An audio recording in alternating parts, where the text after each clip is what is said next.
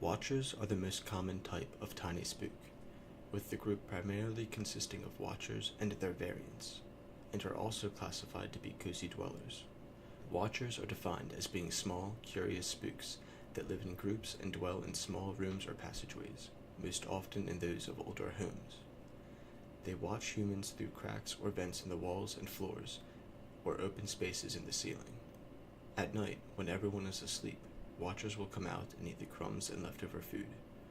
They will also steal small trinkets and objects they find to be of interest. Appearance.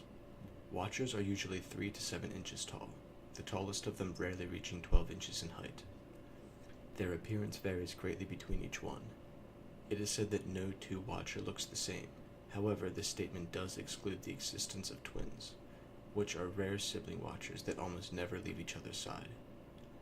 Watchers are often bipedal.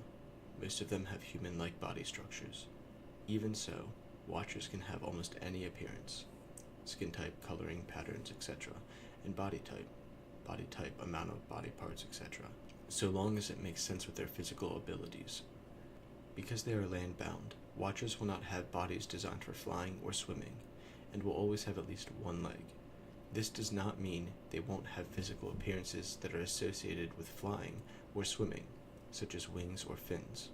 However, it does mean that they will be unable to use them to their fullest. Dwelling. Watchers hate being in big openings, whether it be underneath the sky or in large rooms. They prefer to dwell in holes, passageways, and other small rooms. In the wilderness, watchers will often hole up in hollow trees or small caves. However, they are much more common in urban areas. A watcher's favorite place to dwell is an old home.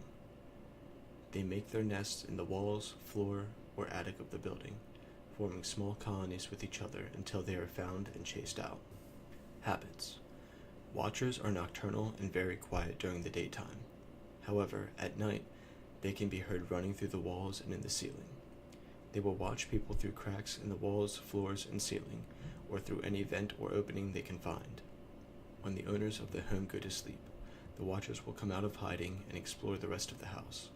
This exploring is almost always done in groups, as the watchers are very timid and easily frightened. Because they do not like to go out in the open, watchers will not leave the house for food unless they absolutely must. Instead, they will steal food that has been left out, or any small crumbs or scraps they can find. They are even known to take the food of the house pets.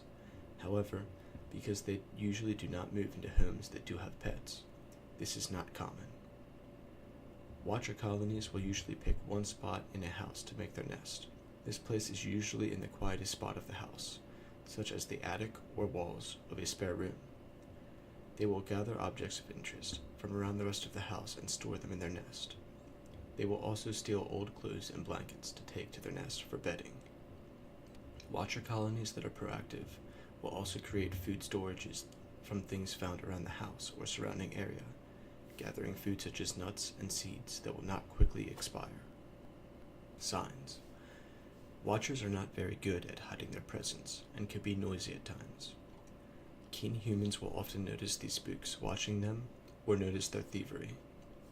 Sounds that are usually attributed to the creaking of floorboards, scurrying of mice, or the random falling of small objects are often usually the work of watchers. Because of the sounds they make when running through walls, and their habit of stealing left-out food, watchers are often assumed to be mice.